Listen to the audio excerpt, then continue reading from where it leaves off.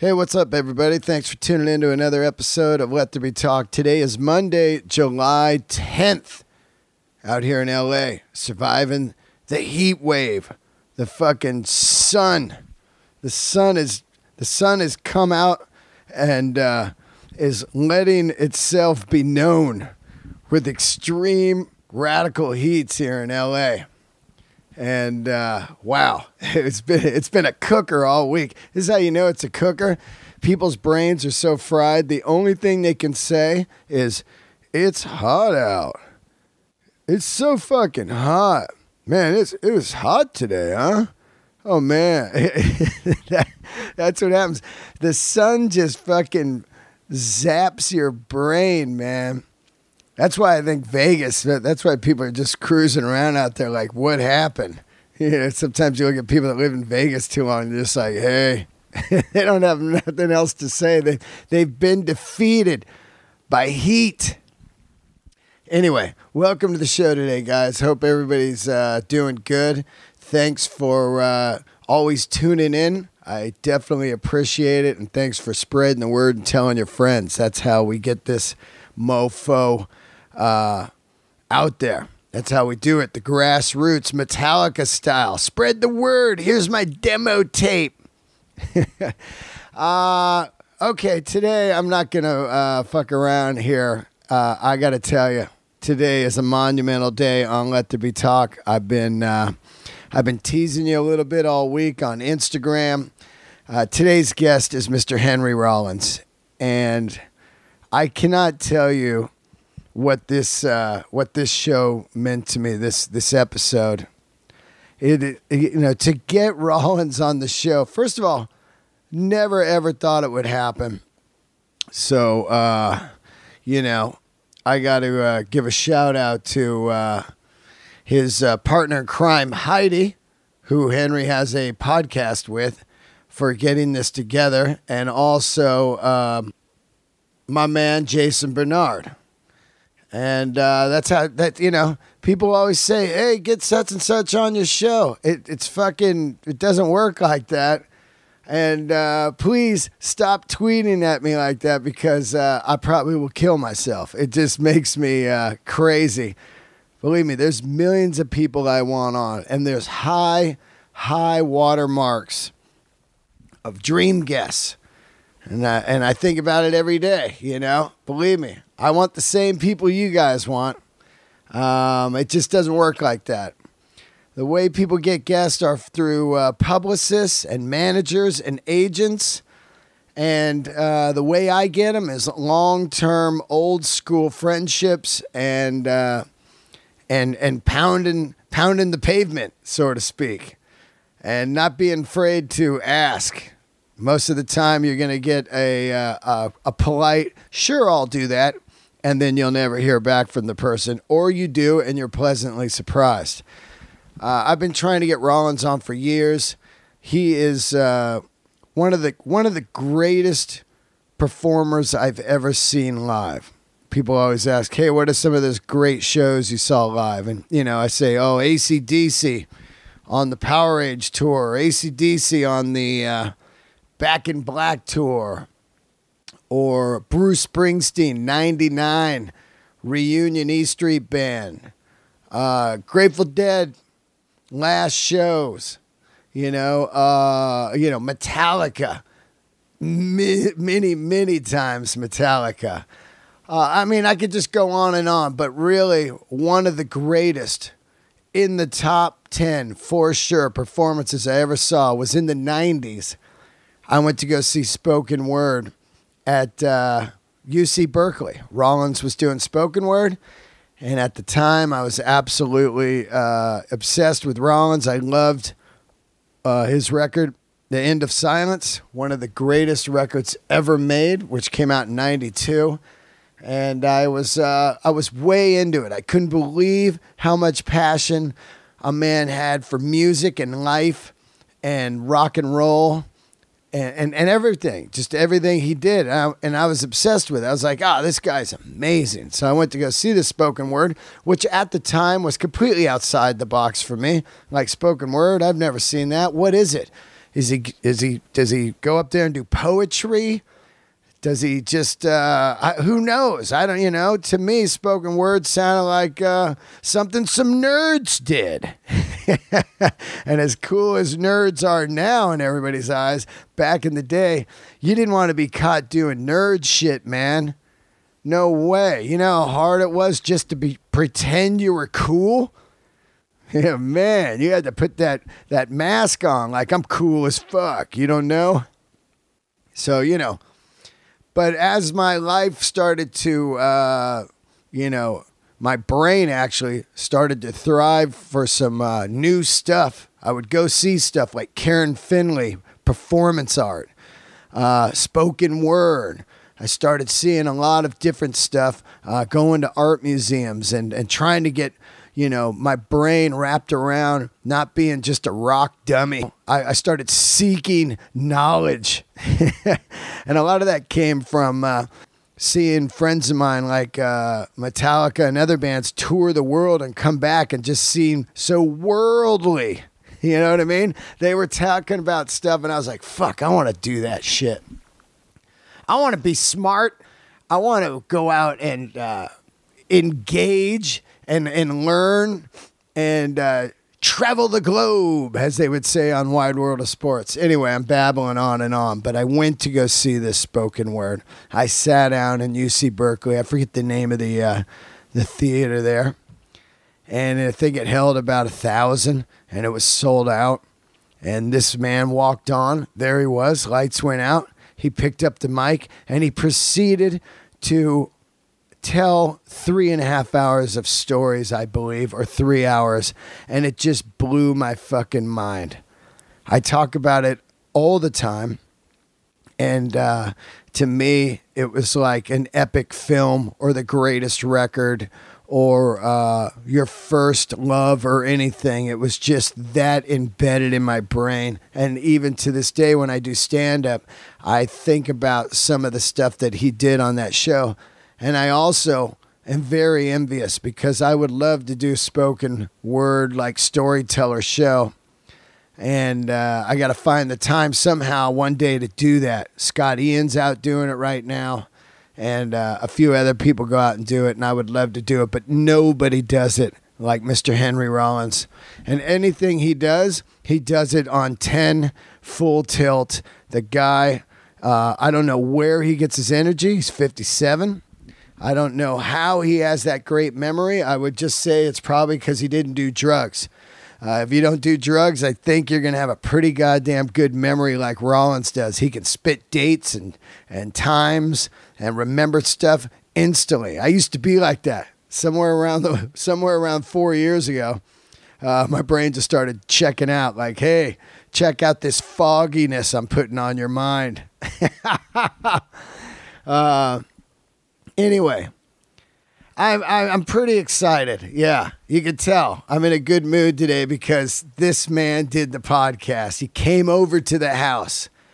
He sat down. He would have stayed longer. I wanted him to stay longer. We were avoiding a parking ticket. Anyway, he's got a great special coming out on Showtime in August called Keep Talking, Pal. And boy, I would love to have this guy on again and again and again. This is a 2-part series I wanted to tell you because he was here for over 3 hours. And I didn't want to put it all out at once because I'm afraid that you guys might miss something. I really want you guys to dig into this and dig it.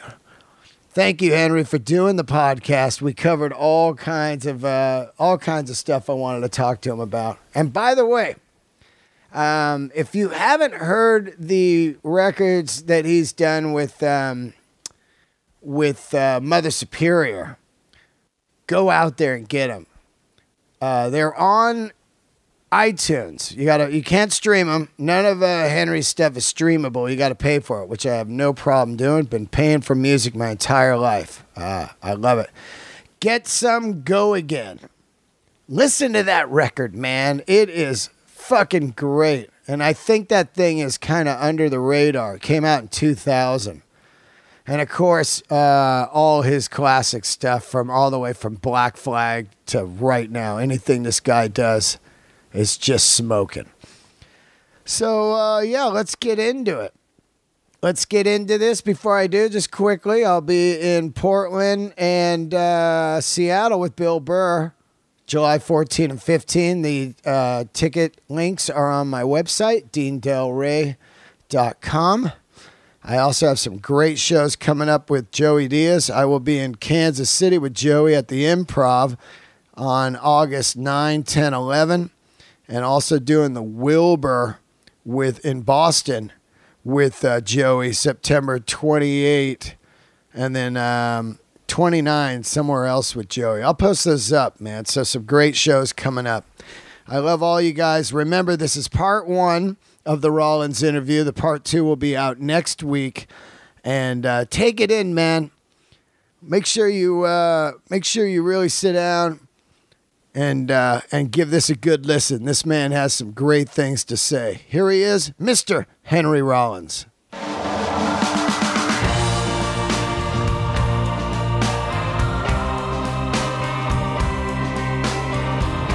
All right, here we are, another episode of Let There Be Talk. Incredible guest today, Mr. Henry Rollins. How are you? I'm fine, man.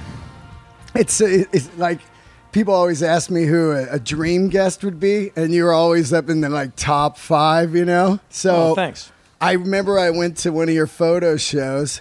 You were showing your travel photos from places that are supposed to be dangerous, and you went. Yeah. And I asked you to do it. I waited all day, got a photo. I said, will you do it? And you're like, I'm kind of busy. That was great.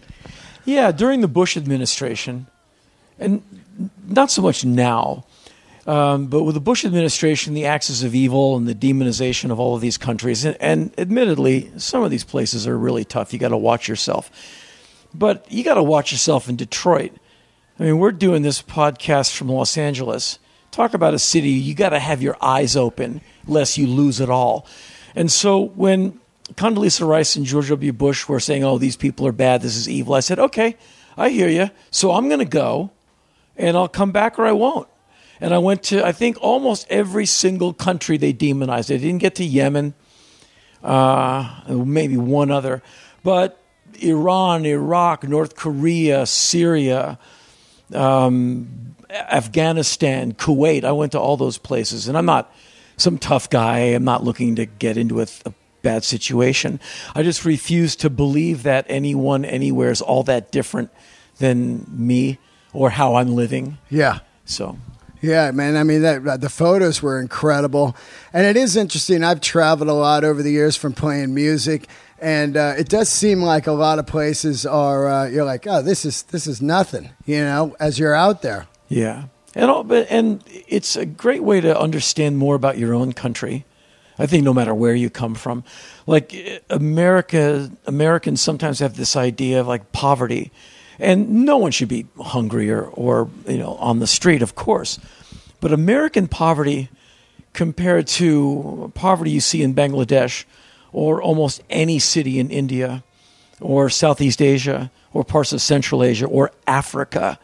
Any country I've been to in Africa just has some patches that are just, you can't believe, like, you're going to eat that? Yeah. I mean, like, wow. Yeah. And, like, you're raising kids up in this?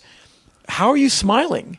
And I think it's good for a Westerner to see stuff like that, to have to smell it, walk over it, and engage. And it's done nothing but help me really understand the world better. Yeah. So I really tried my best to get a better idea of how the world works, as far as everything impacting the world, from globalization to global climate change to bad government to the World Bank, et cetera. And you really see the Western world, for the most part, holds the handle of the whip, and the rest of the world gets the lash. Like, where's the parts of South America, the sweatshops in Cambodia, like where your T-shirts get made sometimes or whatever. Sneakers. Yeah, so much stuff. And you see these places, these barracks where some people live, Like in Dubai, you see these guys just, you're like, that's real? Like, yep, they can't leave. That guy's got all their passports. And it is what it is. Humans get trafficked in their own cities. That's nuts, man. Yeah. That is nuts. That's what humans have been doing to each other and will continue. That'll never change. Right. No matter how cool it gets, there'll always be someone going, well, wait a minute. If I pay him less, I'll get more. And that's just how we highly evolved the species is. Yeah, Our brains can't help but go, well, wait a minute. Let's get an upgrade for me.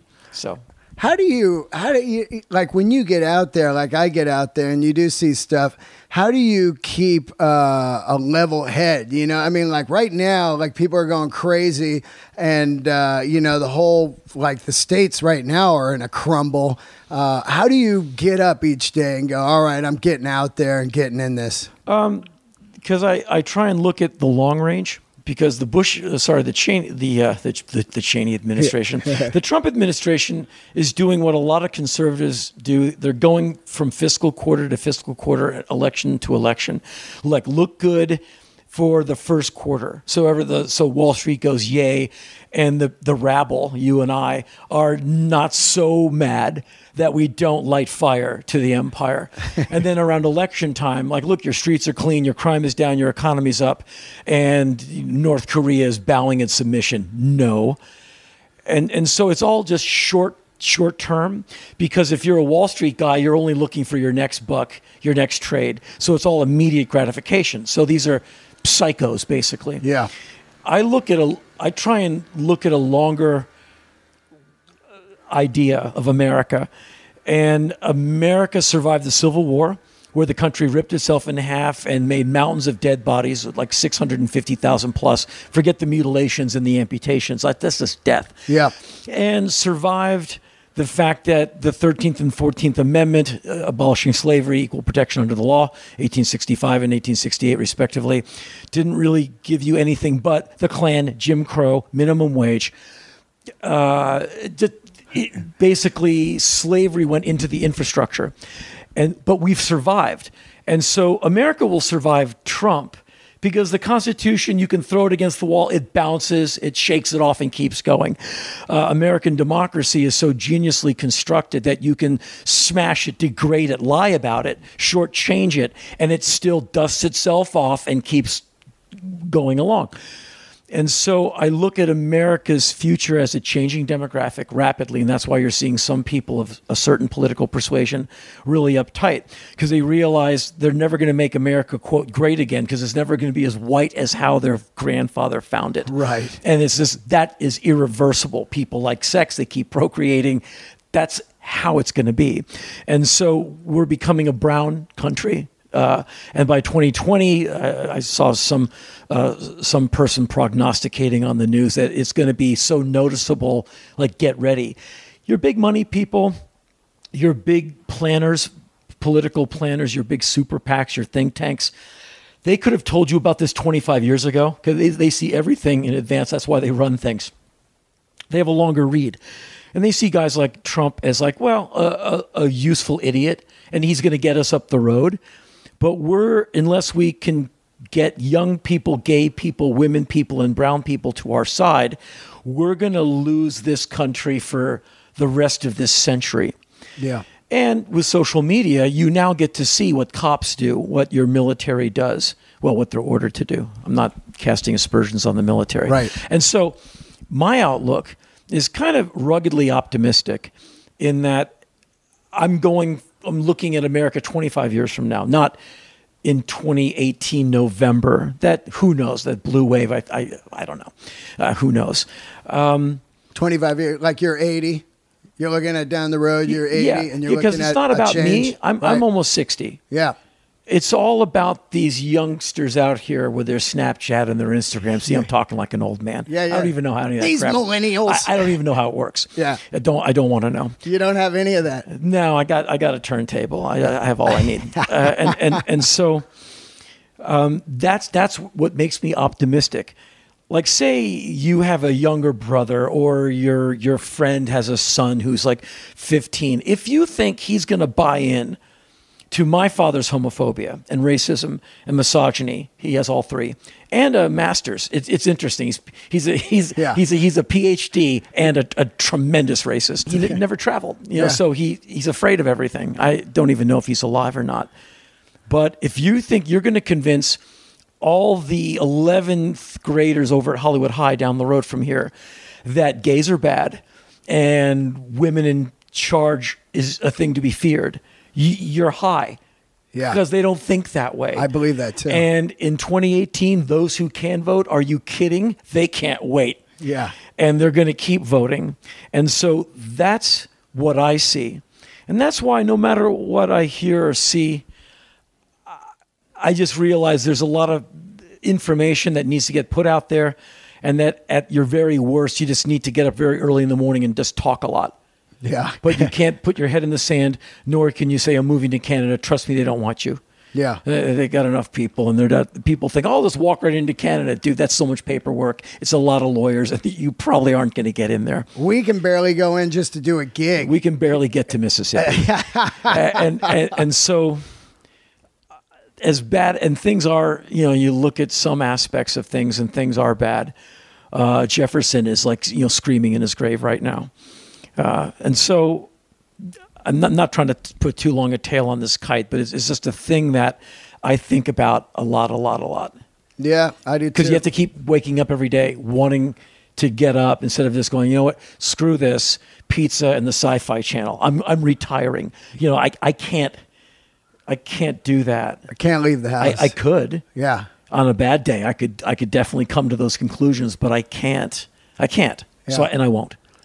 Where do you get all your energy, man? Because, you're 57. I'm 52. I'm in pretty good shape. I've been working out for the last couple of years, hardcore. But, man, I get fucking tired, man, Well, me too. Yeah.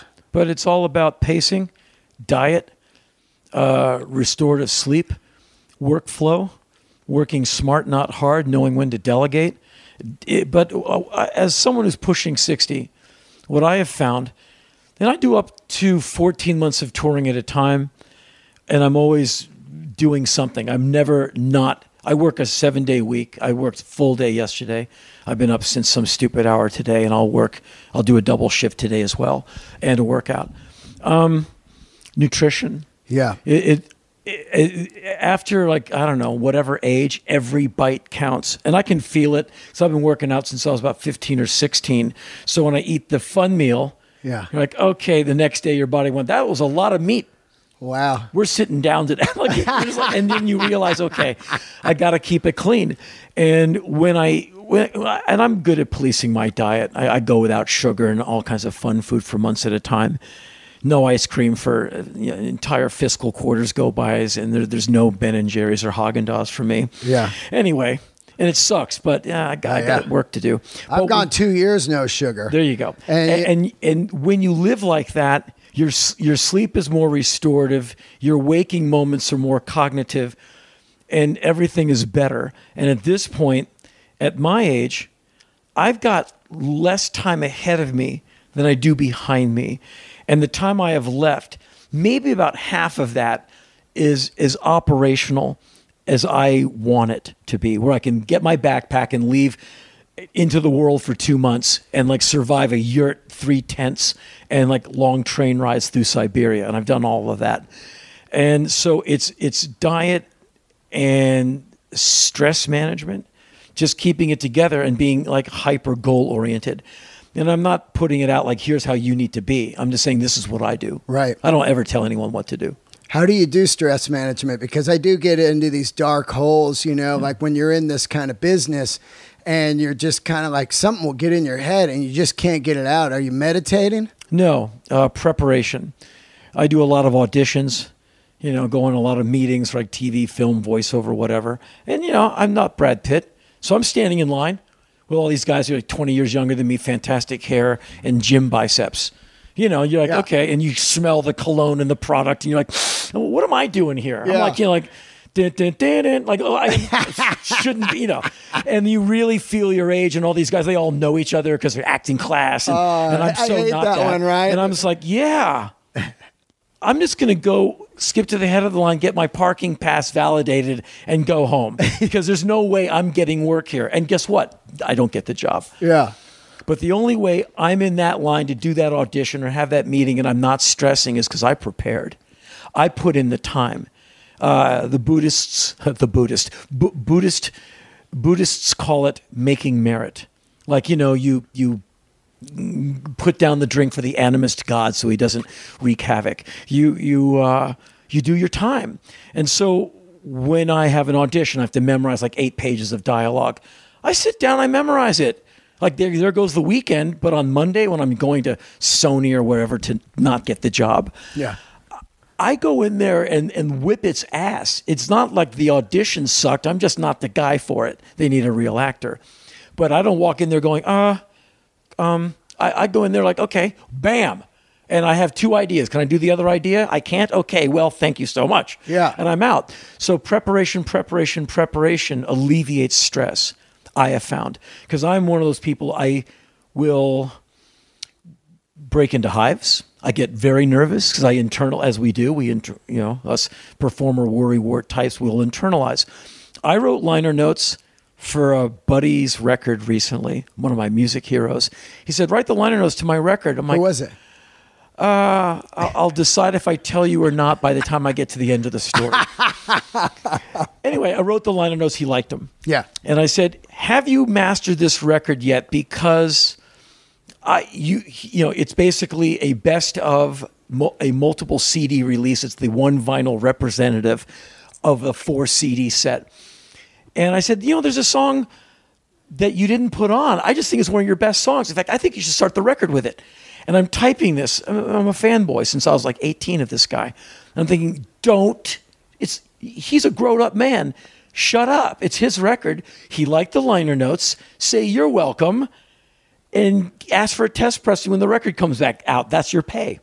Because he asked, what do you want in pay? I'm like, dude, I got this, I think.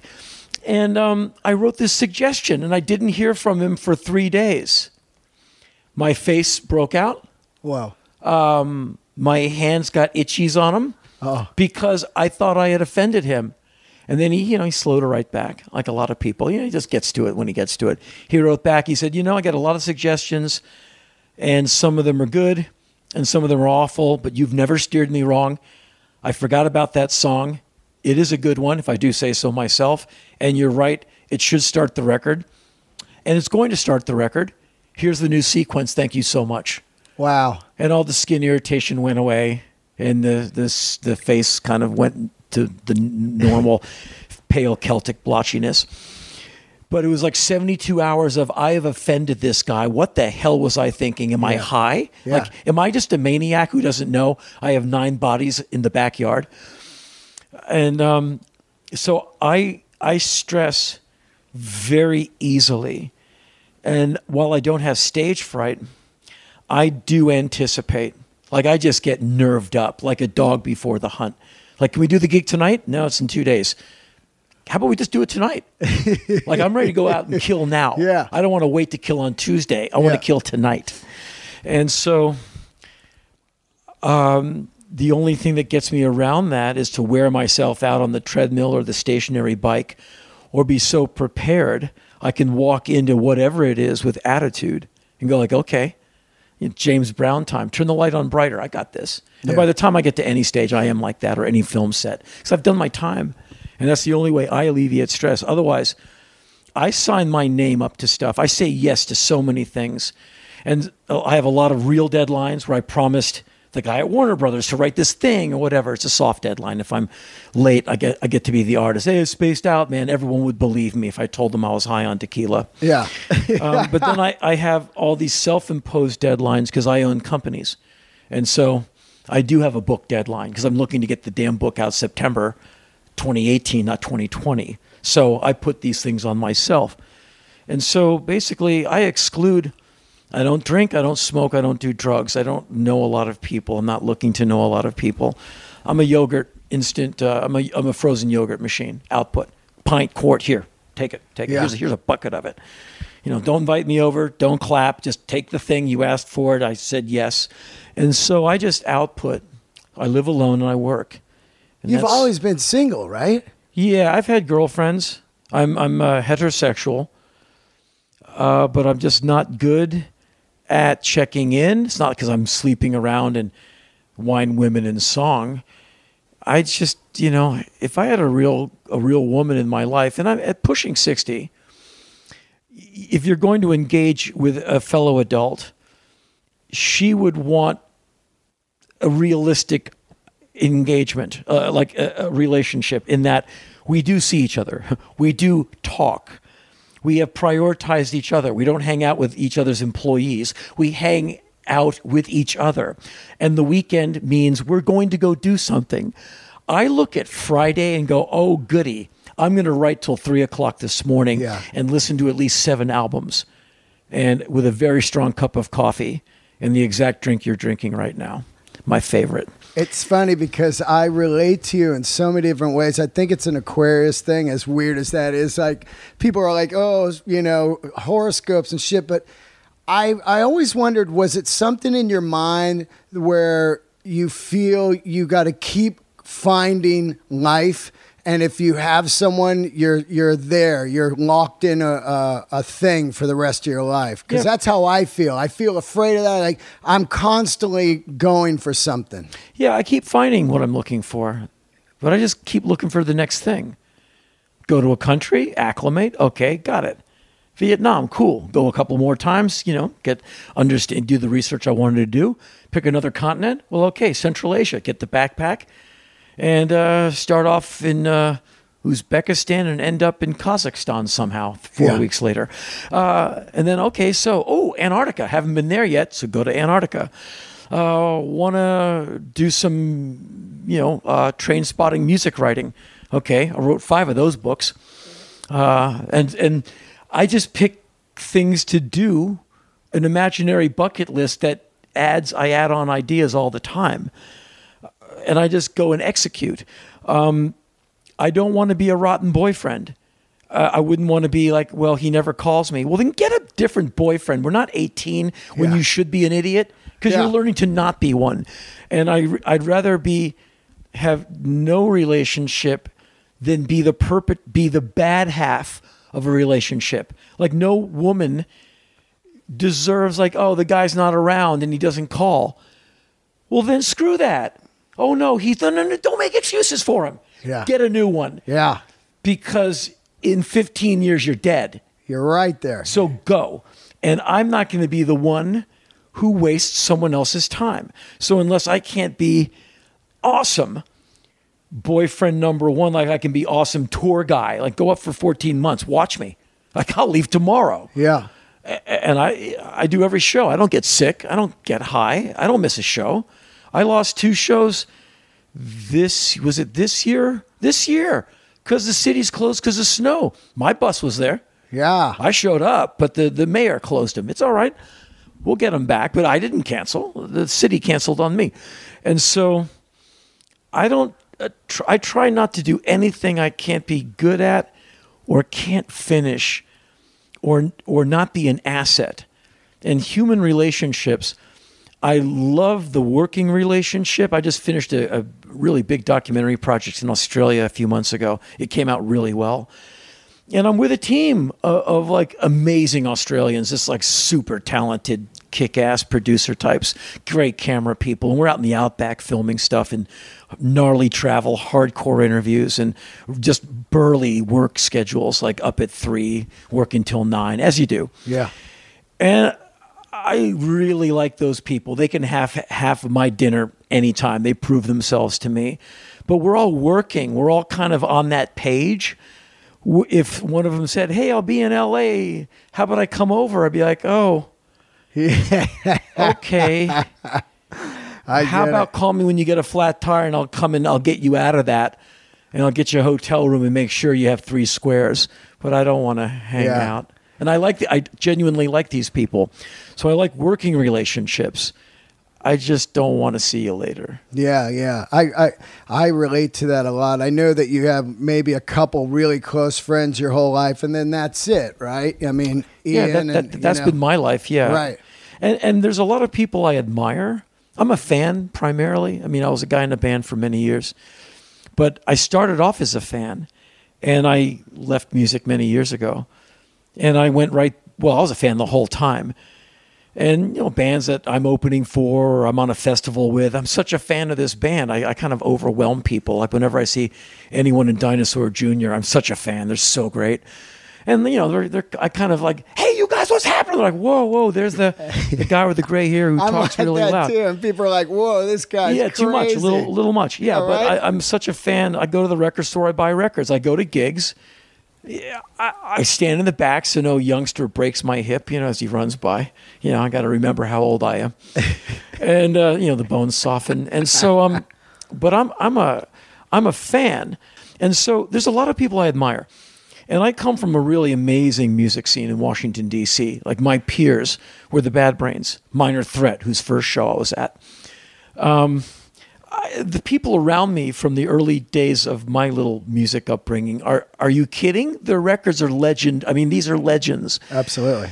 And I would give these people anything they wanted. You know what I mean? Like, hey, I need a place to stay. Take my room. I'll go sleep in the garage. Because you made that record. You're done showing me anything I need to see. We're good. So when I'm in Washington, sometimes I'll get together with Ian, my best friend since we were 12, and we'll go visit some of those people. And my affection for these people knows no bounds, and my respect is overwhelming.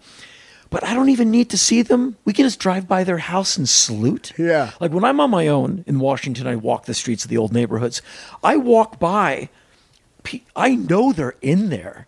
And if I went ding dong, Henry, dude, what are you doing here? I don't. Yeah. I just walk by and go like, he's in there. Discord 15. He recorded. I mean, that's all I need. Yeah. And I've had famous people whose records I've worshipped since I was in 8th grade walk by me.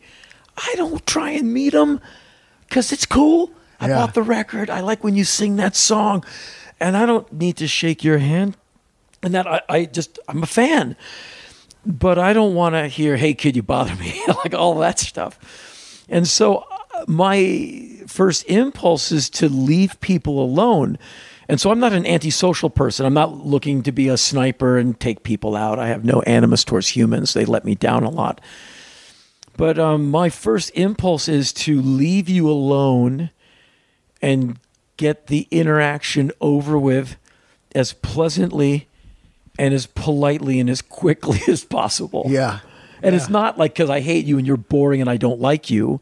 It's just I don't want to say the wrong thing. I'm uncomfortable and I know I'm a maniac. So I just don't want to say something completely strange. That's something good to learn from you because like to me, like I'm so fired up when I meet somebody like me too. I'm just like mind blown, I do get it though, like I look at you as like the high watermark of cool. Like you look at those guys, I look at you the same way as like you're this absolute legend to me. Oh, thank you. And I just everything about you, I'm always like, in my mind, would Henry do that? Would he do that? You know what I mean? In my mind, it's like the high watermark. So it's amazing to have you over here. I saw you do spoken word at UC Berkeley, I believe in the early 90s. And I'm a stand-up comedian now. But the day I saw that, I was like, I want to do that. I don't know how to do that. You were on for 3 hours. You started where you talked about a James Brown live at the Apollo record. Mm-hmm. I don't know if you said 1, 2, or 3 because three. Okay. Revolution of the Mind. Okay, so you bring up that. And you go through the whole thing of when you bought the record and hearing it. You get into people wasting your time at airports with the change in their pockets. And 3 hours goes by. And I think it was probably one of the greatest things I've ever seen. Oh, and I still freak out on it because I couldn't believe one man could keep my interest for 3 hours of perfect storytelling. And I one of the things I really wanted to get into with you is how do you practice that? How do you remember? And it was obviously a lot of comedy in there. There's bullet points where you've figured out, boom, they laugh here and I can keep them going. Mm-hmm. How do you fucking do that, man? I travel, and travel informs a lot of what I say on stage. In that you go to an interesting place and don't stay in the hotel room or the yurt or the tent. Go out and voulez-vous with people. Get in there. Hit the streets. If something interesting doesn't happen to you, you are probably just blindfolded and had your fingers in your ears. Yeah. Because there's nothing that's not interesting on the streets of Ho Chi Minh City or the streets of Bangladesh. I mean, there's a human story being told every second. And so I go out and I just basically vacuum it in. I'm taking photos. I'm writing things down. I'm asking questions. I'm getting, you have to get ready to get laughed at. The kids will grab your arm and look at it, laugh at all your tattoos. And I say, Reagan era. They don't get it. People want to touch your hair because it's different than theirs. They just get curious about this weird sweating Westerner walking through their ville. And so you have to get ready for the entire village to come out and stare at you. Like you're like this weird bit of meat thrown in to the pot and go, hey, can I come in? What are you doing? Can I taste that?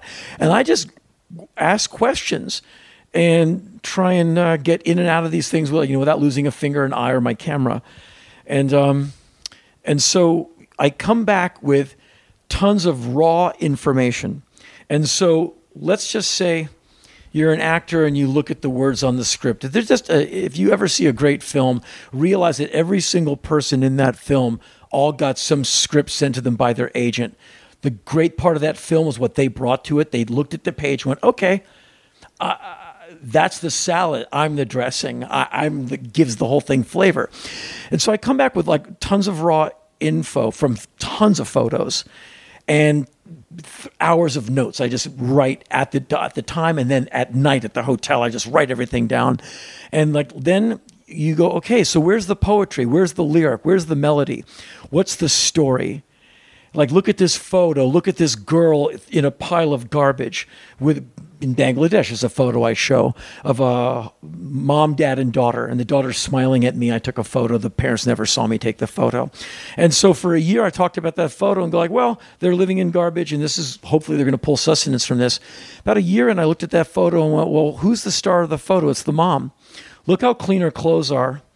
Look, with her right hand, she's holding her stick. She's poking through the garbage. Her left hand is so articulated. The pinky was up, just like she was showing her disgust with her hand, like, ugh, yeah. I know I'm standing in a pile of garbage. I'm not an animal. I'm a woman trying to keep this family together. And this is what we've got. It's a sweltering Wednesday in a pile of steaming garbage, probably dumped by the Westin Hotel about half a mile away. Yeah. And we're going to eat French toast that's congealing and whatever else. And her left hand showed her posture like, ugh. Oh, man. And I was like, wow, look at the strength of this woman. Look at the strength of this family. Look at the beauty of these people in this awfulness. And just look at what the story the left hand is telling you. And the whole audience goes, oh. And that's the takeaway. And so you have a pot of boiling water. The water is the information. The steam is the story. And you have to be looking for the story. Where's the humanity? Where's the flavor? Again, where's the melody? Where's the lesson? What's going to make you humble with this image? Or you can walk in like, these people live in a pile of crap. They should get real jobs. Nice. Way to go. Way to totally not see anything. Yeah. and so that's what informs a lot of what I go on stage with. And so, say 2018, I see that thing. I figure out the story on long flights, like, the lesson, all of that. By 2019 or 2020, it's become a thing that I've built in my mind. And so, to get the story down, I don't write it out. I'll definitely do journal entries. They turn into travel books and magazine articles. I take my car right outside your apartment, and I go over the hill to the valley. Yeah. And I park in the parking lot behind that Starbucks on Ventura, right past Laurel when you make a left at the bottom of the hill. Yep. In T-Mobile that big there. parking lot behind CVS and Starbucks. Yep. And I walk to the other Starbucks, Ralph's. Oh, yeah. Going that way past Jerry's Deli etc. Yeah, on the left. And at night, there's only dog walkers and joggers. And you have that bit of sidewalk and some outback dirt to yourself. And I walk there and back, and I say the stories out loud. Really? Yep. So because as you know, the human mind gets information and stores it in different places from, like, you can hear a quote and memorize it, but you can also write the quote out. And just the fact that your hand is writing it and you're actualizing it in your own handwriting, you internalize it a different way. If you make a tape recording of yourself saying it, it goes in through another door. Wow. If you just hear yourself say it, then you will internalize it into some other part of your memory bank. And so a lot of these stories take 15 to 30 minutes to tell. And they've got a lot of beats and breaks and detail, quotes, information, and sometimes statistics and quotes from the Constitution or some speech.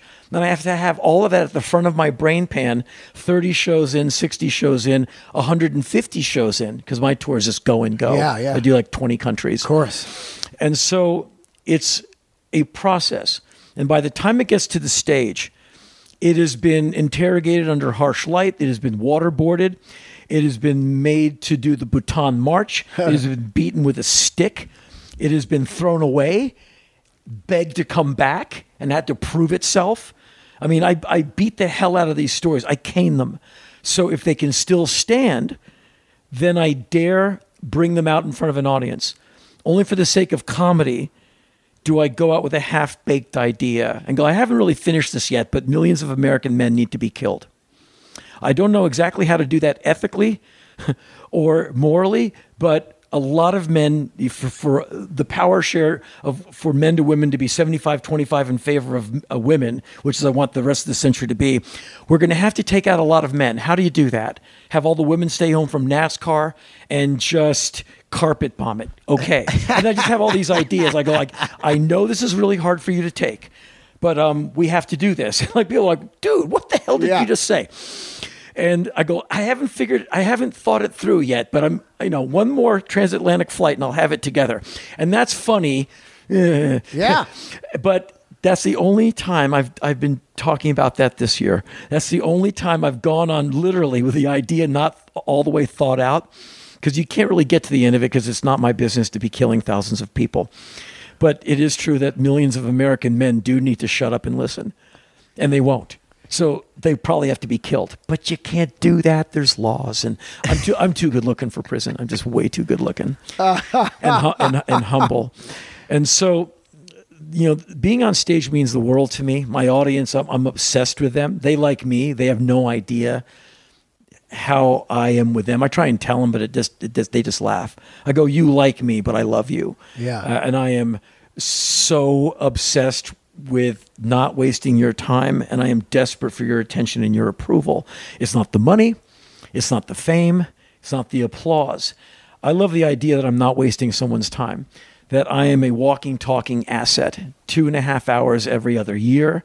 It's not worth it to come and sit in the theater with me. And so if I'm going to be slinging hash for a living, it has to be the most nutritious hash. I can give it to your 11-year-old, he's going to be an Olympian. Yeah. And I get that I earn my material in that I need some new stories and some new insight. Okay, I'm loading my backpack, and trust me, all of my body hurts. My back hurts, my hands hurt.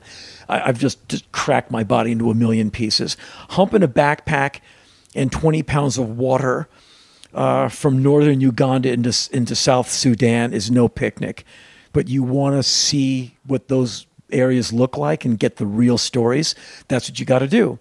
And then I come back with stories that'll peel the paint off your car. And that's the only way I know how to get them. So I'm not going to watch a documentary and then tell you about Iraq. I'm going to go. Yeah. And then I'll tell you what I saw in the green zone. It's way better. I mean, you're going to have way more passion honest. about it. Yeah. I'm not assuming. And I'm not saying I'm an expert. I'm saying here's what happened when I was in Pyongyang. And, Donald Trump sees one thing, I see quite another. He's informed by CIA and intelligence I'll never get to. I'm informed by what I saw when I was there for a week. Neither one of us are experts, believe me. but I know things about North Korea he'll never know because he has no compassion, and he will never put his feet on the ground there as I did. Right. And that visa took me 3 years to get. Wow. It's well, they don't now forget it. Yeah. But they don't hand many of them out. It's a tricky trip. You go in and out of Beijing to Pyongyang. That's insane. Yeah. I that spoken word is just incredible. It's folk music. To me, I'm talking to folks. Yeah. There's no music, but it's just because there's funny parts. I mean, when people ask me, what do you do to end the conversation? I go, stand up, which is insulting to real stand-up comedians who really go out there and live or die by jokes. Because I don't have to be funny at all. My audience is cool with me not being funny for like an hour at a time. Right. Like during the Iraq War, my shows weren't funny at all because I was Afghanistan, Iraq, Walter Reed, Bethesda Naval Hospital. I was like seeing some really gnarly stuff as a non-soldier guy. And those shows were like, wow, you're going to eat a tablecloth for dinner? Whew. Not fun. Wow. And so the some of my 90s shows that's a lot of information. Pretty dark. Yeah, it was pretty intense. And so I don't have that obligation. Like if I did what I do where you work, I'd probably get a lot of people going, you suck. I didn't come here for this, man. I don't know because you have a skill set that is unbelievable to me because I look at it and try to take my comedy there in the last year somehow to tell these great stories. There's comedians that tell amazing stories and they have these bullet points with laughter in them. And it is so hard. I think it's easier to write a one-liner joke than to write a 2.5-hour show and have people watching the whole time and laughing and feeling and engaged. Yeah, a few things get me through. I like the information. I love the audience. I do want to be there. I really do want to be on stage. Right. Like all of us performer types, we'll pay you to go on. Yeah. I mean, we'll pay to go on stage. I mean, I'd pay $100 tonight to go do a show at Largo. Yeah, because I just like being up there. And so it's if it's about money, it's like, yeah, how much will it cost me to go on stage tonight? I mean, I've been working 8 years for free. Well, people are like, but if you don't love it, you'll never survive. That's what I'm saying. It's no problem. No, you got to love it. Yeah. Otherwise, these motels, you'll kill yourself. I mean, it's way too many dollar jet weekends, right? Yeah. And so you have to love it, and you have to love the audience, and you have to care about them, but you have to love your information. And here's the one bottom line for me. You need to hit them where they ain't, as my father used to say, using the baseball idea. To hit the home run, you obviously hit it where there's no one catching the ball, and you score. And so not being obvious is a big thing. Like I watch the news, and I could go out and parrot the news, write an angry op-ed or something, and like who needs Rachel Maddow twice in that? Just watch her and cut out the middleman, me. Go to the source. Don't get me telling you what I heard. And so what I like, your best comedians, well, the ones I'm a biggest fan of. Who are you into? I'm a great believer in the power of Patton Oswalt. Yes. In that he's just a real sweetheart anyway. But like, what an amazing mind as far as connecting dots. Like, okay, no one's ever done that. I'm laughing at a thing that it's not another dog joke. It's not another penis joke. He is just like the idea of over 80, you can do whatever you want. Yeah. Because if you get killed by an 80-year-old man, good. Yeah. Call the herd. I would never have an idea 1% that good in my entire life. And no one in that crowd had put all that together before. And you sit and you listen to him, and you're like, my brain has never gone to that place. That was funny, but beyond being funny, and it is funny, he's brilliant. And that's unique. Those are two dots I never would have connected in my life. Right. And that's, to me, the great comedians, the great writers, they see it where you and that's why we buy a ticket. That's why they get the big bucks. and we just go to the show because they can connect those dots. Where you get that talent from, I have no idea. I believe in overwork. And so while I'm not naturally strong, I will do enough push-ups and pull-ups to where repetition. I will be strong by August. Yeah, because it's going to hurt, but I'm going to get there. Yeah.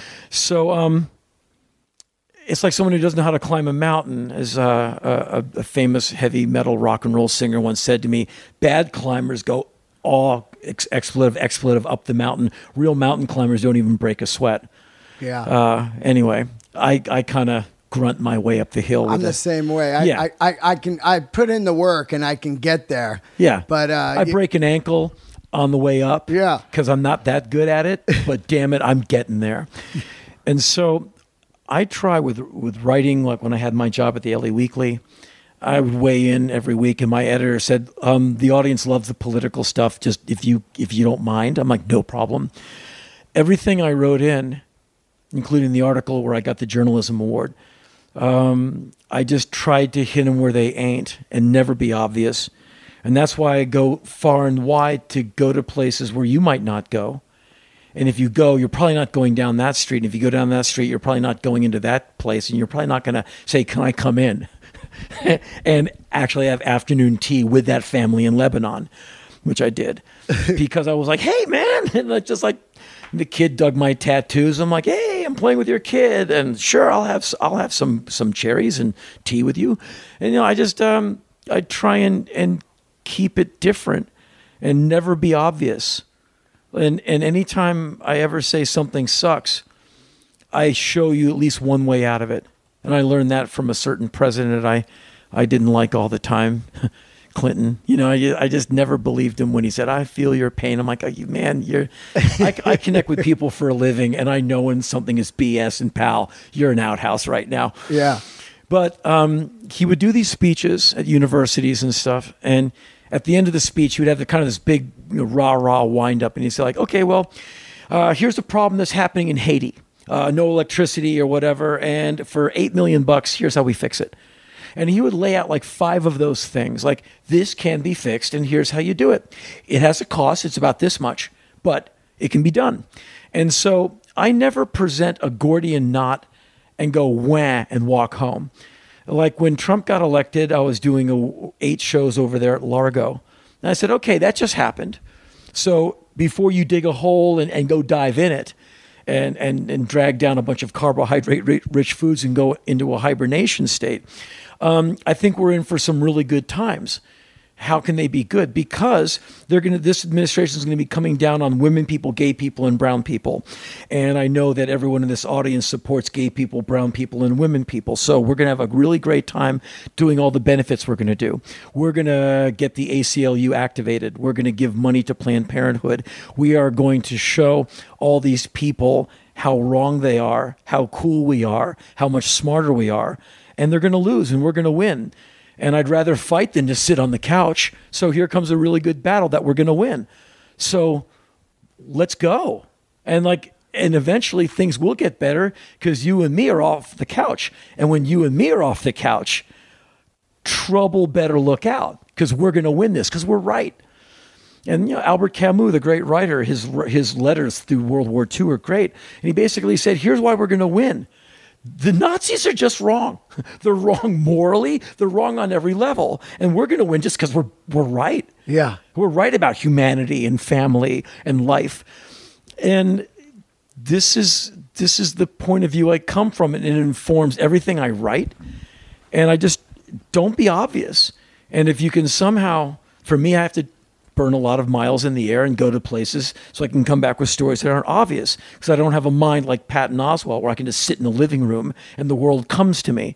I have to go out to it. I'm manual. I have to go out and walk up the stairs to get the story. Yeah. That's kind of Diamond Dave style. Remember back in the day, Jungle Studs and all that shit? He'd just travel the world and just pick up shit. I've spent a lot of time with Dave. I've picked up quite a few things. I don't know if it's his or if he got it from like Mark Twain or something, but I said, how you doing, Dave? Henry! I'm sailing the seas of consequence. And I have never forgotten that. I'm like, wow. Yeah. Because if you're really doing it right, you're risking. You could screw this up. And anytime you leave home, you're on the seas of consequence.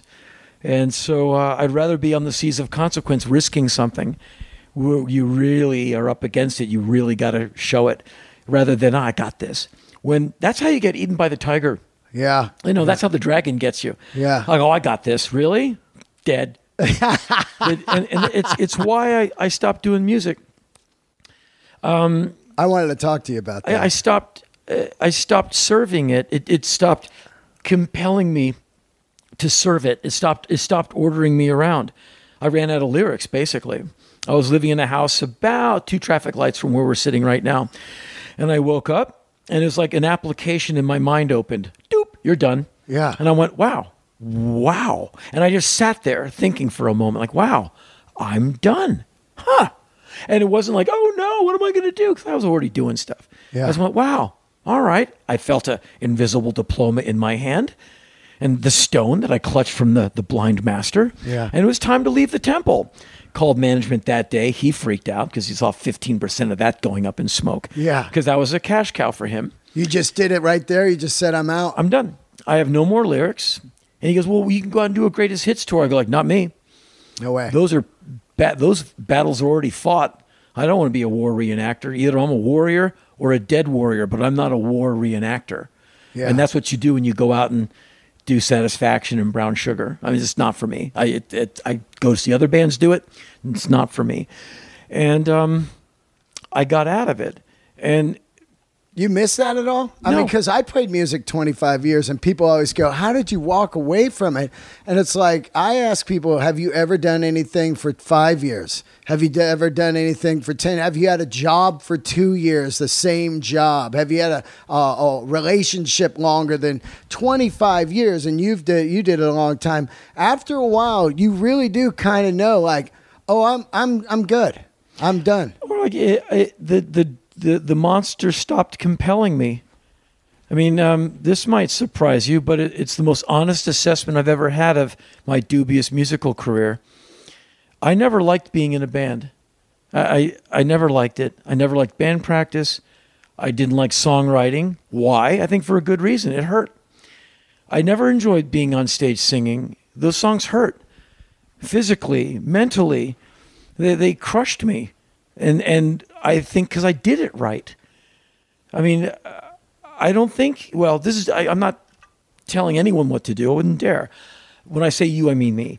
I don't think you should go through a career in music and not leave it without a limp, a lot of scar tissue, and, something, that doesn't pop and click when you move your body. Yeah. I mean, either you paid and it hurt, and you damaged yourself, or you must not have been brave enough to bring it.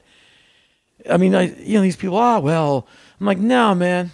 And I think I read an interview with Miles Davis. If it doesn't hurt, then it doesn't matter. And I was like, thank you. I'll never say it that articulately. And you hear his records, man. He's deep, man. Those records are like from the bone marrow out. And I destroyed my body physically on stage. Oh, absolutely. Those shows hurt. And, you do a show in a place with no breathable air. Me and the drummer would look at each other and go like, oh, man, well, I'll see you at the end of the show if we're not on stretchers. Right. And like me and Bill in the Black Flag days, we'd go into these oversold places like Miami in August. You're like, okay. And it'd be a battle of attrition. By the 10th song, I'm looking back and he's looking at me like, I know. And then, and you get through it. Or, me and, Sim, drummer in the Rollins band, we'd be in some place and we're like, because we're both going to be like these sweat machine, maniacs. And we're like, nope, tonight's the night we die. I saw Sim pass out twice over those years. All of a sudden the song goes away and you look over and the drummer's on the ground. You're like, yeah, well, oxygen. It's a thing. People need it. Yeah. And so I'd look at some of these nights and go, damn, man. I'd come off stage like 3 pounds lighter from water loss, where I'd have to lie down for half an hour so I didn't collapse, where I'd like get off stage, find the nearest bit of carpet and just lie down like a dog back from the race. And if I didn't lie down, I would have fallen down. And one performer I've seen do that more than once, where he leaves the stage, gets behind the stage and collapses. I've seen it more than once. Iggy. Wow. He waves bravely, walks around the stage, his legs go, and he is in a pile. I've seen it. Wow. Like, boom, he drops straight down. Not like for drop. He's like, he left it all on the stage, and he can make it around the corner, and then he is literally in a heap. That's crazy. Smiling, looking at him, hey, man. It's like he'll receive you from the ground. Yeah. And his manager throws a towel on him like he's a prize fighter or a racehorse. And I did that so many nights of my life, playing in like 103 degrees with no air for 2 hours or whatever. It's not fun. Yeah. But I'm there to destroy that audience. Are you kidding? I'm going to level them. I know a statement that, and I repeated a lot on this podcast, that you said, and I believe this about you, was a good front man is somebody that couldn't do anything else. Exactly. I remember you saying that specifically, and it hit me like, what really came to me was Bon Scott, you know, because when you think about Bon Scott. Yeah, don't give him a day job. There's no way. No. Give him a mic or a paintbrush or a script. I mean, he'll do that really well. But my prime example is Iggy. I just think he's kind of the guy. Right. He's the undisputed heavyweight champion of rock and roll. You don't want him at a straight job. Like he might show up. Yeah. But he's going to break the thing either by not using it right or just getting angry at it and breaking it, and that'll be awesome to look at. But you don't want to pay for the damage. Give him a mic. Give him a paintbrush. And there's just certain people, the straight world, they realize the straight world doesn't want me. Goody. I don't want it neither. And that's how you get David Bowie or Bon Scott or Iggy or. Yeah. And I've noticed that really friendly, nice people make really boring music. Rarely have I met a really good musician who wasn't either really weird, really difficult, or kind of really horrible. Or they might be cool to be around, but they're absolutely maniacs or ADD or ADHD or whatever. They're just not normal, because normal people don't make good music, I don't think, because their idea of the world is like really, cubicle, printer. Lunacy. Well, to me, it's just robot. It's just death. It's just like, wow, you've been dead for years. How do you keep doing it? I go to Ralph's and get the food. Yeah, you do, man. Wow, Walking Dead zombies to me. I mean, I see people living that life. I'm like, as Rodney Dangerfield said to Ted Knight in the golf gift shop, looks good on you though. And it's just, I realized by the time I was 15, I'm like, oh no, what am I going to do? Because I'm not going to fit in. Yeah. And so you worked at a Haagen-Dazs. I worked at a lot of places. Yeah. But minimum wage. Right. I come from the minimum wage working world of the 70s, early 80s, $3.75 an hour. And I had those jobs all through high school because I loved working. And then in the adult world, I just worked those jobs 40 to 60 hours a week, as you do. Lived on top ramen noodles in a small apartment I split with my old buddy from the neighborhood, John. And our apartment smelled like his bong hits and my socks. Just like, youth.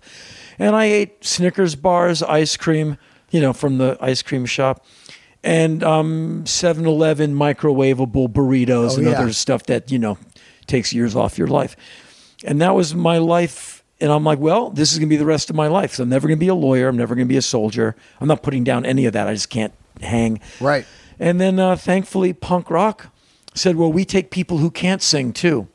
all you need to be able to do is finish a sentence and be angry. I'm like, oh, one, please. Yeah. And I ended up out here.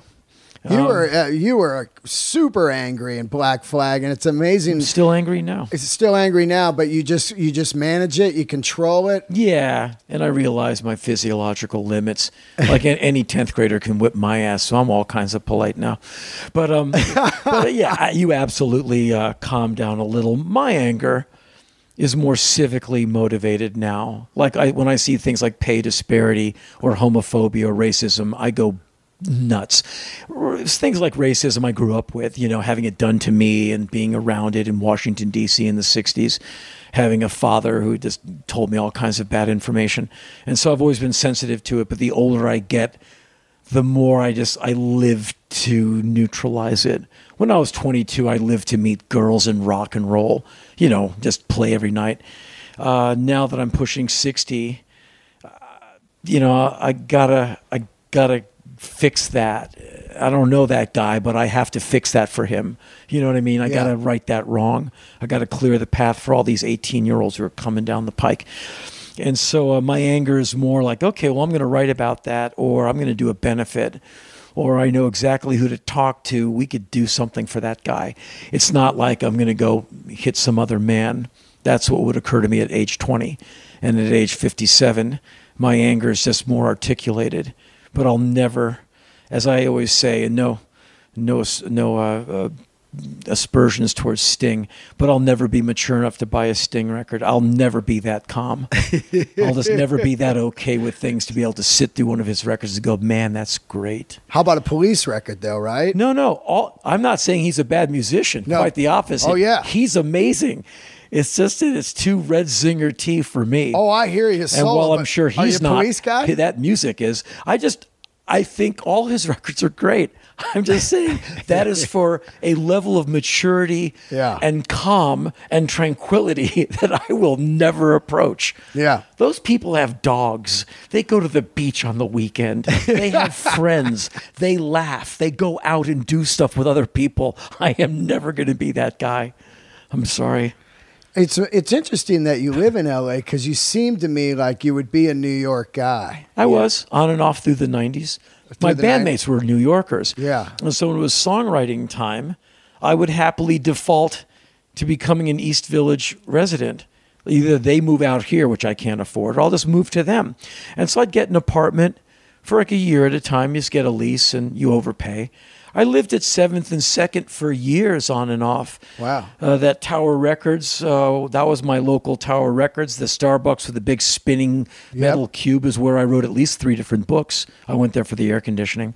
My apartment was a hot box from hell. Wow. And I practiced at First and A across from Handsome Dick's Bar. It's probably a condo now, but it's some big old building. You'd go up in an elevator. So I was in East Village. Michael Gira of the Swans, in summer 93, he was in the South doing something, and we rented his practice space, and we wrote the Wait album at Michael's. Wow. We're down the street from where Iggy used to live. He used to come by and visit. Wow. Hey, man, how's it going? Yeah, we're like 4 blocks from Iggy's old place. And so I was an East Village guy on and off 93 to 97. Right. And loved it. It was so cool having JFK on your ticket after a tour was over, and look at the Village Voice on a Friday night and go, damn, look at all these gigs. I can walk 8 blocks, 10 blocks, 20 blocks, 14 blocks. I can catch the first set of this guy at SOB's. Then I can go to the bottom line and see this guy's second set. And I would do that and go rock Cajun at 10 p.m. and go see this guy at 11:30 or whatever. It was fantastic. I loved being a New Yorker. Starbucks open till 2. Yeah. I mean, just like, 3 o'clock. Let's see if we can get a table at the diner. Maybe, maybe not. Because the streets are packed. Yeah. I loved that. It's great how you can walk everywhere there. You know? I didn't dare have a car. No, not at all. No, I learned the N and the R. That was my main uptown trains. And I mastered the subway. And it was my guitar player said, Henry, we're going to empower you. I'm going to teach you the subway. Because I looked at him like, I can't. He said, you can, but you can. And so we got the map out. And I was like, oh. And then like the Tube in London, I'm on that all the time. And so I loved being in New York. Here's why I like L.A., where I've been for well over half my life. Right. I like L.A. because I don't like it that much. I don't hate it. I'm not putting it down. It's been very good to me. But I don't have an analog relationship with this city. I don't drive anywhere in this neighborhood and go, oh, man, I remember when I do have memories, absolutely. Before he OD'd, I saw him in that building that used to be a venue. The last time I saw that guy before he murdered that guy and then moved away and died of cancer was in that building. Wow. I mean, I just have these stories that will kill your lawn. Dark memories. Yeah. But that's, Old Hollywood. But that's L.A. Yep. In the punk rock world in the 80s. Speed, heroin, LSD, placidills, death, suicide, arrest, all these people around you disappearing. Like the opening verses of Howl by Ginsberg. It was like COINTELPRO 1980-something. Like they were just like killing off punk rockers in L.A. You're too young to remember, but in the 80s... I'm 52. Yeah, you look 28 to me. But in the 80s, and I'm exaggerating. I was there to in make the 80s, a point. but I was San Francisco, Mabuhay Gardens. But you know what I know. Yep. In Los Angeles in the 80s, suddenly, like out of nowhere, you couldn't walk down the streets of like within blocks of where we're sitting right now and not trip over duffel bags of heroin. You'd go to the Denny's and you'd order an omelet and you'd get a side of heroin. All the weed dealers had free heroin. And we'd leave on these epic tours, Black Flag. There's no internet. There's no calling home to mom. Yeah. You'd come back and go down like the old Okie Dogs, which is now Fat Burger, at Gardner and Santa Monica. That used to be Okie Dogs. That was a nexus. You'd get the gossip. He's dead. He's in jail. She OD'd. And those three people over there are all hooked on heroin. And you'd go over there and get their information like you're on heroin. No. Me and my girlfriend have been like trying it out for the last 6 weeks. Your nose is running. Yeah. Like you're hooked. No, shut up, Mr. Boy Scout. Oh, okay. I'm a Boy Scout. And so for me, I go on tour for months at a time. I don't miss LA. When I'm in Washington, D.C., I get all emo. I walk to some intersection. Like I get all weepy about some gig I saw in that building, which is now a mini university. So I first saw Trouble Funk in that building. I stand and salute that building whenever I walk down Wisconsin Avenue. I walk by places I used to have like punk rock listening parties, and I look through that window where I sat and listened to the UK Subs and the Clash 1 7-inch at a time, and I salute that window from 1980. But here, I don't have any of that. Yeah. And it's not because it's a bad city. But one of the reasons I get a lot of work done here is I'm always looking for a way to get back out. And so I treat LA as the place I come to edit. I write and create on the road. I get my information on the road. I bring it back here, edit it, distill it, lay it out, and turn it into books, magazine articles.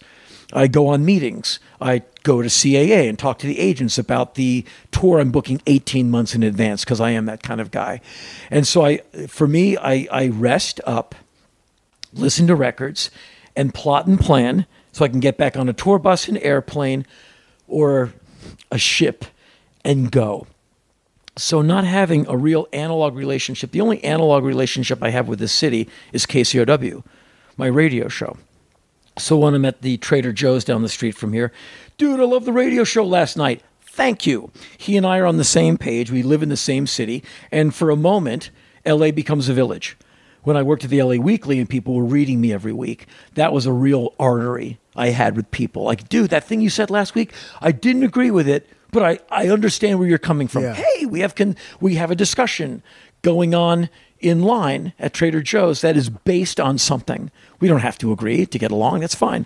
Right. And I really enjoyed those tethers I have to this city. And the LA Weekly got taken over by new management and fired my bosses, and so I quit in solidarity. But I still have my job at KCRW. Yeah, I was wondering what happened to your column there. I was in Luxembourg making a movie with a very talented Juliette Lewis. She's so great. She's amazing. She's amazing. Right. And it's just a cool person. So we're making this Wicked movie that's coming out in a couple of months. And I'm jet lagging, so I stupidly get up at 3 a.m, fully rested, and I stupidly go online to fully wake up. And it's my editor and our communal boss, a woman, and they both wrote me like, hey, and both basically said, I've just been fired and given an hour to clear my desk and get out. Wow. It's been wonderful working with you. Word is you're going to be kept around, but almost everyone in this building's been fired. Good luck. And I was in tears because I really like these people. And, you know, my editor, Andy, was my editor, brilliant guy, smartest guy in the room. And our boss, these are just brilliant people. working their butts off for the LA Weekly. That's a 7-day-a-week take it home with Totally. you job. Oh, you better love it, or that job is going to grind you to a powder. Yeah. And they got fired like no warning, no nothing. And that rubbed me the wrong way. So I have to do a whole day of intense acting with this in the back of my brain pan. And a buddy of mine from the old days at LA Weekly, one of the guys who got me my job, he wrote and said, here's some intel on your new bosses, and you might want to think about quitting, which I was already thinking about. Because I was already being contacted by the LA Weekly, like, we love you, and we've been doing some changes. And so out of respect and not wanting to be in this environment, I quit. And, the head guy wrote me a couple of times, said, hey, can we take you out to lunch and talk to you? And I don't have any animosity towards this guy. I don't like his firing practice. But I said, no, sir, good luck with it. I wish you nothing but the very best, but I'm out. I was polite. I have no need to be rude. But I said, no, I'm a grown-up man, and what I'm saying is final. I'm out. But thank you for offering, and good luck. And I mean that. I mean, really, make it great. I've never looked at an issue of that newspaper again, and that was December of last year. And I was so angry at not having that job anymore. I wrote 3 LA Weekly articles, 4 actually, on the day I usually wrote them, and I sent them to my old editor, like the dog who keeps bringing back the pheasant after the hunt is over. Yeah. And he said, Henry, I missed the job too, but I'm now looking for work, and you don't need to send me the pheasant every week. Wow. And I basically finished the year. So I had like 4 more columns to go to finish 2017. And I finished the year. I just felt such a duty. And they're in an upcoming book. I obviously had nowhere to send them.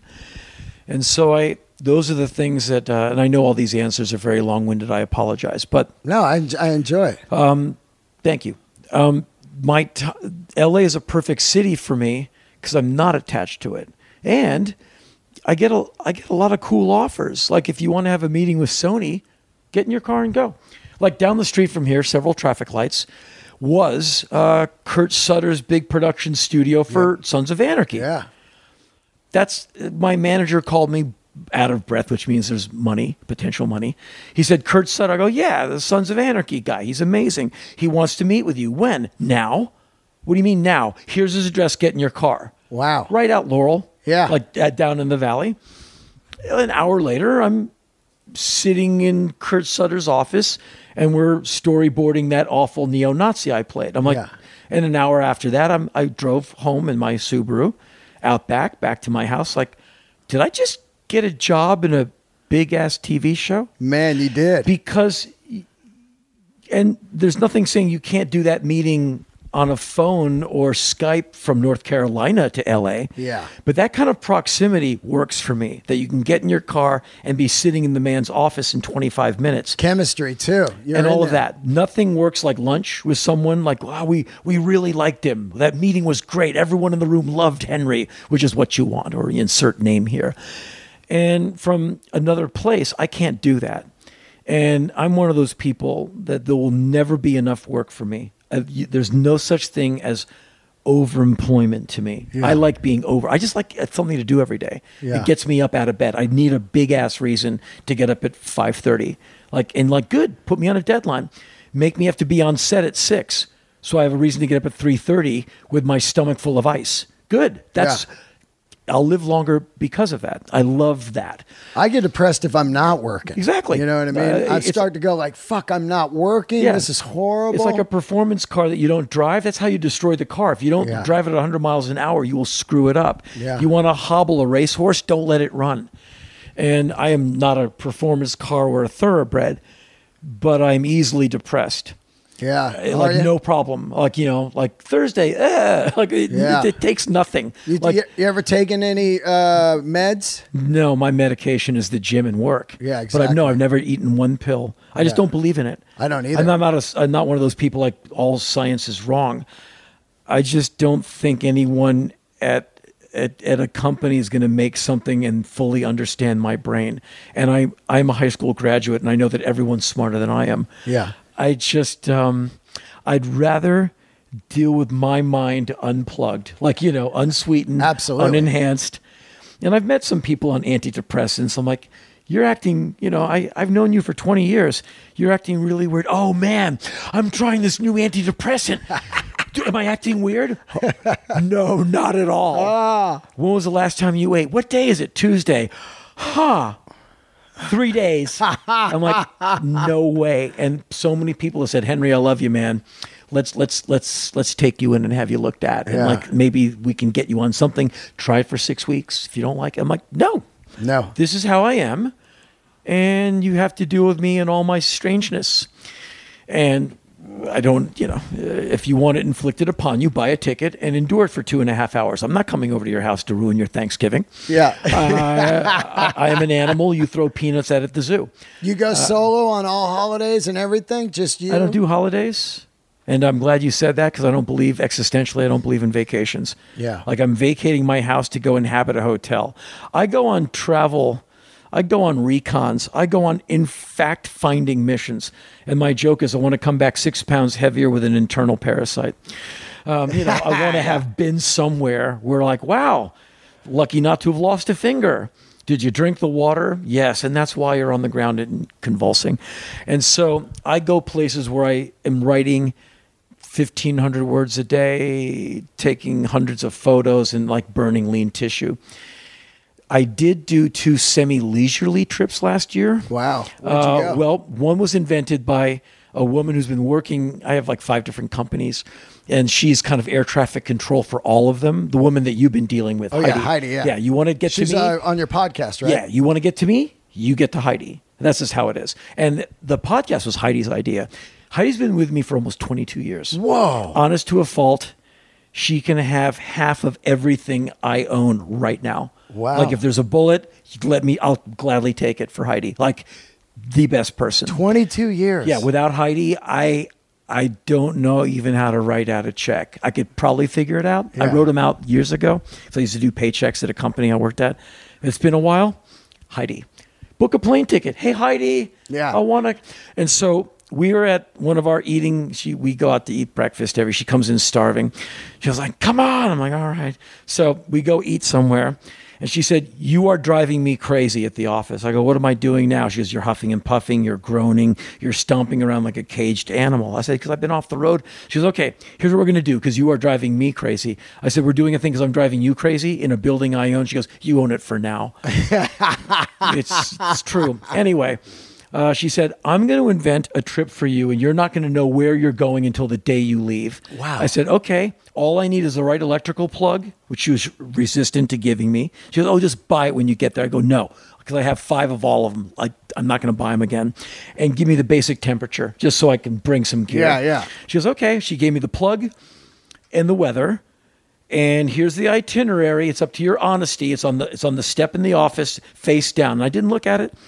And there's this one woman, she always drives me to the airport, Mickey. So I get in the car at like 5 a.m. She goes, okay, hon, where are we going today? And I said, I don't know. Let's see where the big boss is sending me. Because she said, you're leaving for 10 days to get out of my hair, to get your wanderlust thing satiated because you're driving me nuts. I said, book it, woman. And since I always have a ton of work to do, I just took my office with me. And so I said, I am going to Houston. Huh. Houston. But then I'm going to Peru. And so I went to Peru, and I spent 10 days up in the Peruvian Andes. Was it a resort or something? No, it was a hotel, good hotel. My hotel requirement is I need internet and a good gym. Yeah. So I got to be able to sweat, and I need to connect and do work. And so I spent 10 days in there, and then I took my office on my own. Because I have massive book projects. I had to transcribe about 100,000 words. You try it, don't. And so I had to take these notebooks and get them all transcribed for some books I'm putting out next year. And so I took my office to Manila in the Philippines and Taipei in Taiwan. And I just do these working holidays. So I'm out in the soup every day, taking photos, walking around, getting stories, seeing things.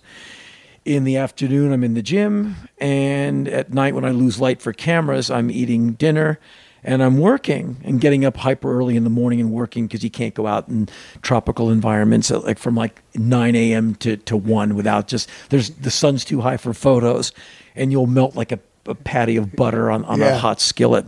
And so I've been doing workflow like that from here to Beijing. And I just do that all over the world. I always have work with me. Wow. I've often like holed up at like Christmas time. I take my work, and like Pakistan, Cambodia, I just go and I hole up and just like get my work done.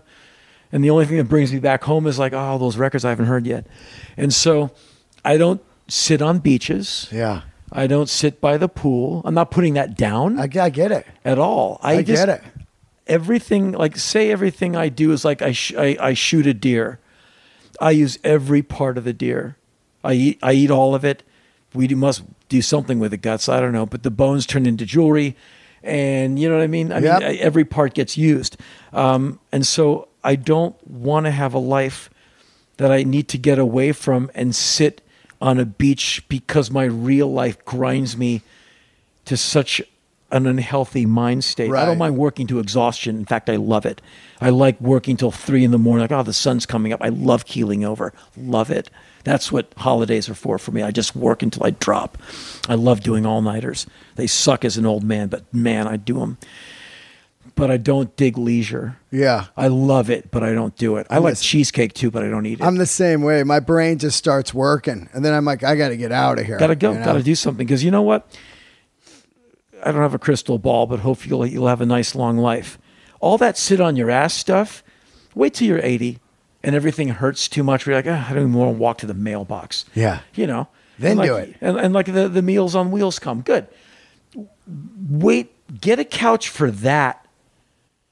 But for me, my couch is a trampoline. Yeah. I sit on it, boing. Oh, no, man. And one of the things I've noticed as I become a crusty old man is I read a lot less.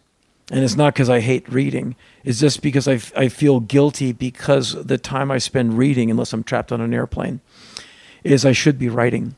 Yeah. And so when I was a young man, I read a lot of literature, like F. Scott Fitzgerald. He died down the street from here. You can go to the apartment. Yeah, because you're like crazy book smart, like whenever I hear your stuff, it's not just coming off the top of your mind. You've obviously done the research. Well, I'm a lonely boy. Well, a not lonely boy who sits alone and reads a lot. Yeah. A lot of flights in economy where there's nothing else to do, like fetal position and a book. Anyway. I'm lonely. I'm always an 80J. I'm always way in the back. I flight cheap. I will not spend money on plane tickets. It's just when you could buy records for that $2,500, you go to Amoeba. Come on. How many records you got? I don't know. I mean, I don't count them. I just wonder what I'm going to do with like your whole house is full of them, or do you keep them at your work? 3 floors of basically a 16-year-old's bedroom has exploded with no decent means of restraint. Every bit of wall is covered with posters.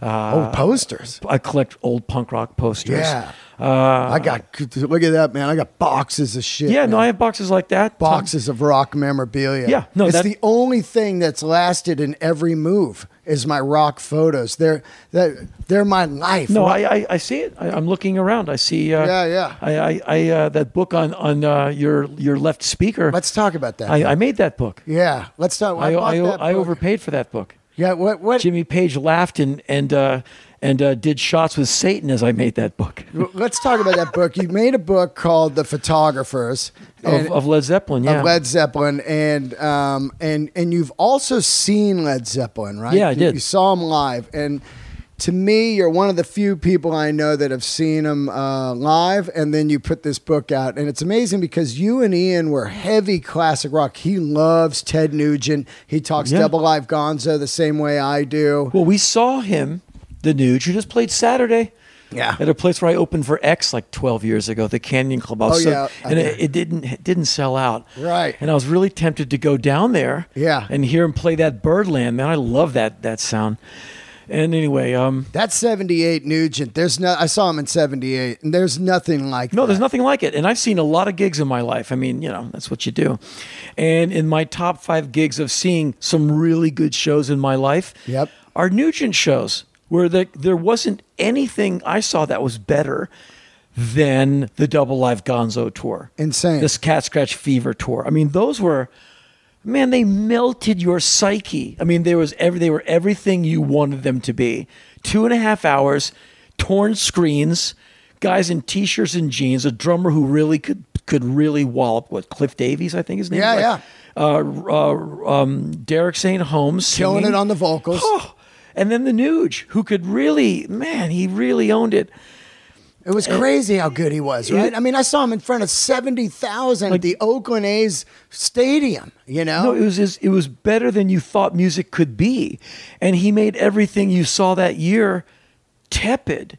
Like it was the horniest, most blood in the eye, where he wanted that gig more than you wanted life. And like, I've never seen anything like it. And profound. And what I told him this story once. I told him this story twice, because the first time he kind of gave me the "kid, you're boring me" story thing. Yeah. Kind of blew me off and gave me his bow hunting catalog. I flamed him about it later. But straight edge, Washington D.C., all that stuff. You know where part of it comes from? Yeah. Nugent. Right. Yeah. He drank Werner's ginger ale, which is a staple in the Midwest. They changed the recipe. It's not as good anymore. They added sugar. Oh. But it used to be really have more of a bite to it. We found one liquor store in Washington, D.C. that had Werner's ginger ale. It was across the street from the pet shop that Ian and I worked at, Calvert Wine and Cheese. Went across the street, found a dusty 6-pack of Werner's. We threw it in the refrigerator with all like the bird food and all the fresh, we had like vegetables for different animals. Yeah. We're so eager to taste this miraculous ginger ale that we pulled it out at room temperature, washed the cans off in the sink, and drank it at room temperature because it was Ted Nugent's favorite drink. Wow. And so I tried to explain, like, there's this thing called straight edge. And me and a lot of people I grew up with, we just didn't get high or drink because we wanted to be like the Nuge. That's why. And he kind of went, yeah, whatever, kid, here. And he gave me his bow hunting catalog. I never knew it was because of the Nuge. Well, it wasn't exactly because of the Nuge. It was mainly because of Ian is just not going to get high. Right. But Nugent was our favorite guy, and he didn't get high, so we're not going to get high. Also, we would get up at 7 in the morning in the summer and skateboard for like 12 hours. Yeah. We were like, we were high on Coca-Cola and Big Macs. We were just like out all day in the hot sun skating and passing out from the heat. But getting high was just never on the menu. Like, well, why would you want to sit down and puke on your shoes? And our case in point was going to see Led Zeppelin, and the guy standing to my right was passed out asleep in his lap. His face was down on his Gap corduroys. And we went, but Jimmy Page has the bow. He's going, dun, dun. He's doing the thing. Yeah. And you're asleep? Yeah. Like, wow. Was that 77 tour? Yeah. It was the second to the last tour. They did 5 nights at the Capitol Center. And I went online, and we saw the first of the 5 nights. A buddy of mine at the prep school I went to, his dad, big corporate mucky muck, had tickets for, like, to take the visiting people coming in to see the Bullets or the hockey team or whatever. But when it's a rock and roll gig, he still has the tickets. Wow. But he's some corporate dad. He's not going to Zeppelin. So he gives them to his son, who takes them to school and goes, Zeppelin tickets. I said, 2. Wow. When I should have bought 2 for Ian and I for all 5 nights. My friend saw all the shows. Wow. He's smart. He went all 5 nights. I didn't have any kind of vision. Yeah. Also, that was like $18 a pop or whatever it was. Yeah. $12. Woo. That's like a day of minimum wage work. That was big money. So I bought the ticket stupidly, never kept the stub or kept it and lost it. And Ian and I, we went to see Led Zeppelin, and it was zero letdown. And so I went online a few years ago, because in my memory, they opened with Kashmir. Right. And I have a bootleg of one of their 3 Forum shows from that tour. It's called Listen to This, Eddie. I got that. Yeah, and Ross Halfin, the guy who did that book. Yeah. Ross gave me that bootleg because he collects everything Zeppelin, him and Page. Yep. They're best buddies. And so he gave me that bootleg, and I have many shows from that tour. Kashmir is like in hour 3. And so I found that show, I think on the Guitar 101 website, and I found the show I saw. And they don't open with Kashmir. That's just the memory I have. So memories get blurred. Song remains the same they open with, right? I forget now. It's on my hard drive. Yeah. You should hear the Led Zeppelin show, if you haven't already, from up the street at the Whiskey. Unbelievable. Where people are talking between songs. Yeah, they're playing like Killing Floor and stuff. Yeah. Yeah. And like between songs, like, so where did you park? Oh, I'm around the corner. Yeah. And plants like, so we're Led Zeppelin. Yeah, okay. But anyway, so it worked. And like people are talking. Yeah. Like, oh, my dog, he did like it's Led Zeppelin. And the Whiskey, I have tons of live tapes from the Whiskey, has that boxy sound like the Room sounds. And you hear people like a smattering of applause for Dazed and Confused. And you hear like, oh yeah, that's on their album. Yeah, they have an album. Oh yeah, they have an album. And like 2 years later, it's like 3 nights at the Forum. Yeah. And then it's like, they're Godhead. But yeah, it was one of those shows where you knew leaving that you had seen something historic. But for me, the bigger takeaway than that was the cumulative connecting of the dots. Because within a year and a half, we were standing in front of the Clash. Wow. We were standing I was getting sweated on by Dee Dee Ramones. Like that was like whatever it was in 77. By summer 79, Dee Dee Ramone is sweating on me. Dave Vanian is keeping time to Neat, Neat, Neat, or whatever the song was, on my head with the microphone. Yeah. Because my elbows are on the stage and I'm laughing as he's hitting me with the mic. That's like incredible. Neat, Neat, Neat, bang, bang, bang on my head or whatever the song was. And so our lives changed from Aerosmith, Zeppelin, Van Halen, Ted Nugent, the records that we bought, FM, big, classic rock. But it was like just what you heard back in those days. To what? DC, big classic rock town. Totally. Because like everyone came and played at the Capitol Center. And we were a great audience. We'd go see these bands play. None of those bands ever didn't sell it out. So we were a loyal audience. So those bands, like we were a good audience. But suddenly you're seeing 999 and you're seeing the Cramps in a bar about the size of this living room, 75 people, and Lux Interior has fallen off the bar that he was dancing on onto you. And there's a man in his underwear on your head. And you're like, I can smell his cologne on my body. And we went from seeing someone from a mile and a half away to helping the Bad Brains load in their gear from their cars to the house party they're going to play that night that we're going to see. We're going to see them play in a living room, and we're going to help the drummer load in his gear. And so rock and roll went from a spectator sport to a thing I'm literally feeling. It's pushing against me because I'm 6 feet from the bass amp. Right. And so when you get dosed by Led Zeppelin, you're never undosed. But when you get dosed like the Clash, the Cramps, the Bad Brains, First Minor Threat show, when you're standing there in front of it with the guy's tuning pegs grazing your face. Yeah. That's a high that's a car wreck you never emerge from.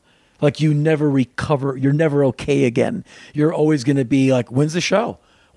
There's a gig tonight? Well, we have to get up in 3 hours. Like, so what? Let's go. Absolutely. Because you have to go.